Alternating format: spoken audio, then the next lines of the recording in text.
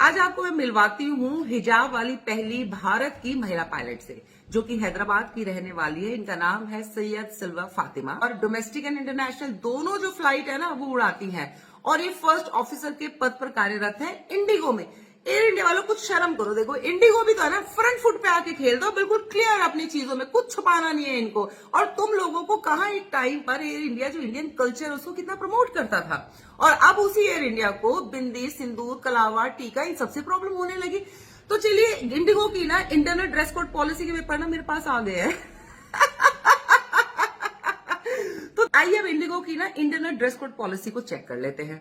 ये इनका हाइजीन वाला सेक्शन है कि किस तरह की चीजों को हाइजीनिक और अनहाइजीनिक माना जाएगा। ये खासकर पुरुषों के लिए है कि आपके चेहरे को किस तरह से आप मेंटेन करेंगे कि आप हाइजीनिक लगे। और इसमें स्पेसिफिकली मेंशन है कि आप तिलक और सिंदूर टाइप का कोई भी जो टीका होता है डार्क दिखने वाला, वो आप अपने चेहरे पर नहीं लगा सकते क्योंकि वो अनहाइजीनिक माना जाएगा।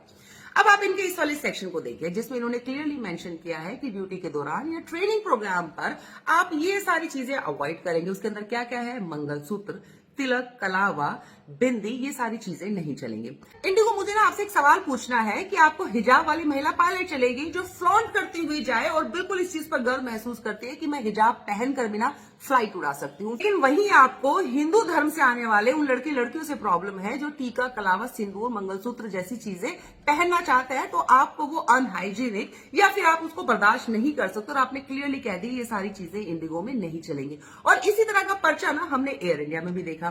तो इसका मतलब जितने भी हिंदुस्तान में ये एयरलाइंस चल रहे हैं उनका सेम हिसाब किताब ही होगा।